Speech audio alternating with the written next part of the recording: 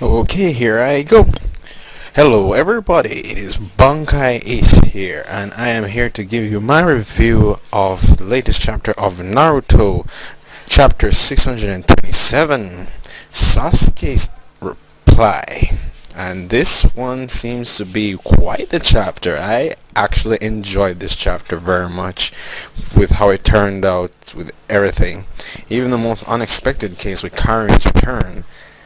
I didn't see that coming, and I don't even know why it should have happened, but I guess they're just gonna toss in everybody into this final fray. Alright. I will applaud Kishimoto. He did well with this chapter.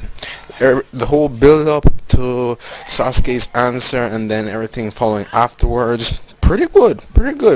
I like this entire segment on Sasuke's side with the four Hokages, Orochimaru and the other two, and everybody else.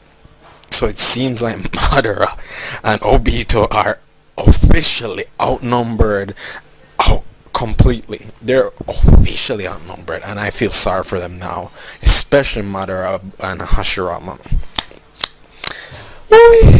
Just when you thought that they could get a break, they basically have the main one of the main characters, the main anti-hero, now becoming a good guy, basically, and even the main villain of part 1 becoming a good guy. So it's like, holy crap, that's basically outnumbered, along with the Kages and the Ninja Alliance. Poor them, it's official. This is gonna be one extremely epic final battle.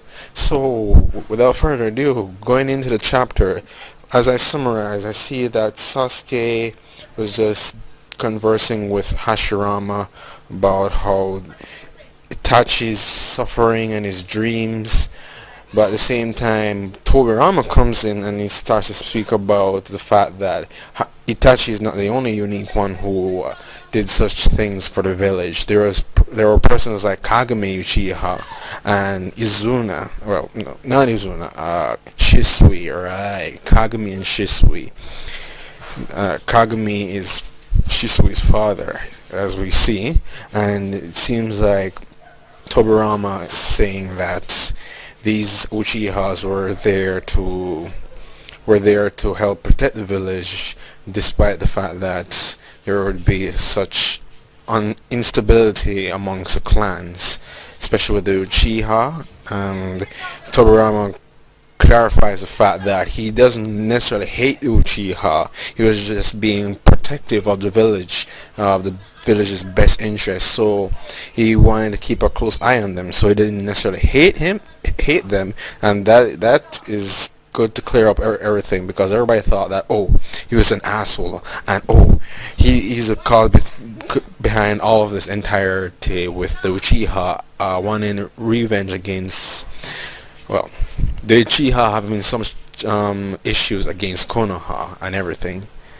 But he cleared it up, and I'm glad he did, because Tobirama is definitely my favorite Hokage out of the 4, and him clarifying his stance and who he is, yeah, did quite well. And then Hiruzen came in to clarify that Kagami was Shisui's father, and then he spoke about Danzo giving him free reign, which was not a good idea. And it seemed like the thing with the Hokages now is that they're all talking one after the other, that okay, this whole trouble was my fault. So I started with Hashirama saying that, oh, all this is my fault. But then Tobirama comes in and said, no, it's not necessarily your fault alone. Even though Hashirama was being childish and naive, it was still his part of it was still his fault in trying to be a Hokage and take him position to protect the village. But then Hiruzen comes in and says that this is also part of his fault because he gave Danzo free reign. Right. He gave Danzo free reign, which is not a good idea.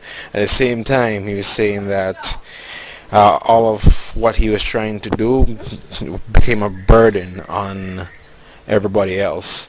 And then Minato comes in and says, "Oh, it's not your fault. It's because of me because I died so young trying to protect the village from the Kyuubi. If that hadn't happened, then I would have um, been able to try and do something about this whole craziness with the Uchiha." And then surprisingly, Orochimaru comes in to say that he was supposedly a candidate, but he was overlooked by Hiruzen because of what we already see with who Orochimaru was before. And at that point, it seemed like Orochimaru basically confirmed himself that he's no longer going to be he's no longer no, back up. He was actually a little bit jealous that he wanted to become a Hokage, but that never happened. And you see what happened, and he said, oh, he wanted to rub it into the third Hokage's face because he's there and as such. So we continue to hear Sasuke's final answer, and it is saving the village, joining the fray, and ensuring that the village isn't perishing an afterthought because he doesn't want the efforts of Itachi and all the other good Uchiha who wanted to protect the village to go to waste. So that was his final decision. And there we go, final decision. And Hashirama says, sounds like a plan. There we go. And it seemed like there were no objections because even Orochimaru came in now and said that, hey, whatever Sasuke does, I want it too. And as far as I see, there's no point in fighting against the evil. They're fighting along with a mother and such. And poor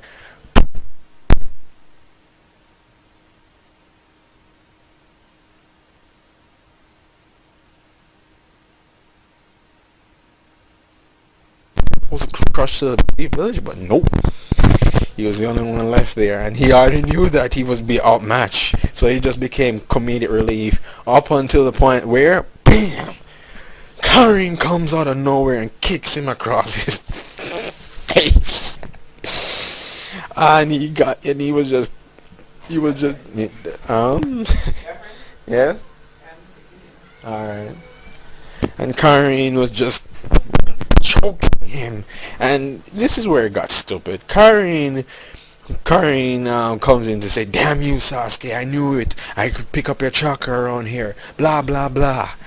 Oh, and then the minute he said sorry, Karin, she just 180s from her revenge side right back to her little schoolgirl crush side, and I'm like, oh god, here we go again. Well, it doesn't really matter because her relevance was only up to a point. Her main relevance is that she's an Uzumaki, and the others could actually pick this up. They could tell that she was an Uzumaki, and then we have this craziness going on, and let's see now. Alright, so Orochimaru was asked what would we be gaining by helping Sasuke, and then Orochimaru officially confirms his good guy status, where he says, while I was inside Kabuto, I came to the realization that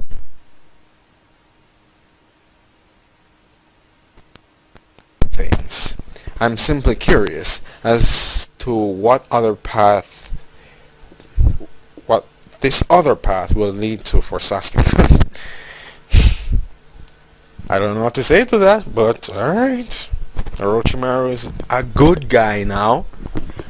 Continuing, we have the end of this chapter where Hashirama gives his speech about let's go, we want to protect the village, let's go. But then here's some awesome time manipulation skills, and he doesn't need it without and he does it without seals. So that's very impressive. Something above Minato, and hence another reason why he's still my favorite Hokage, because he's so awesome. He's so awesome and yet so underrated. That's a problem.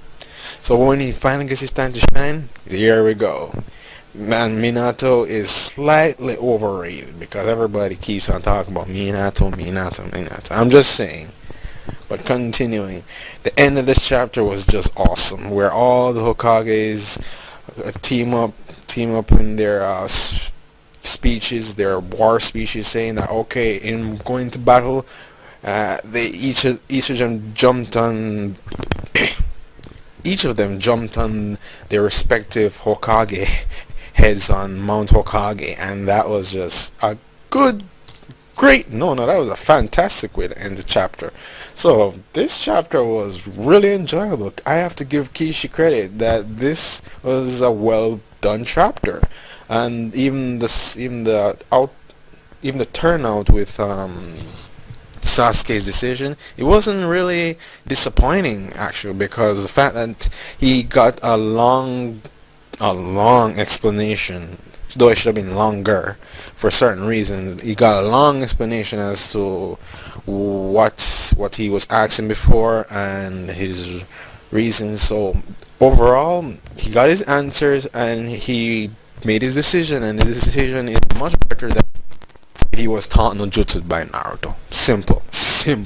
So for that reason, this chapter gets a 4 out of 5. A very awesome chapter of Naruto this week, I have to admit.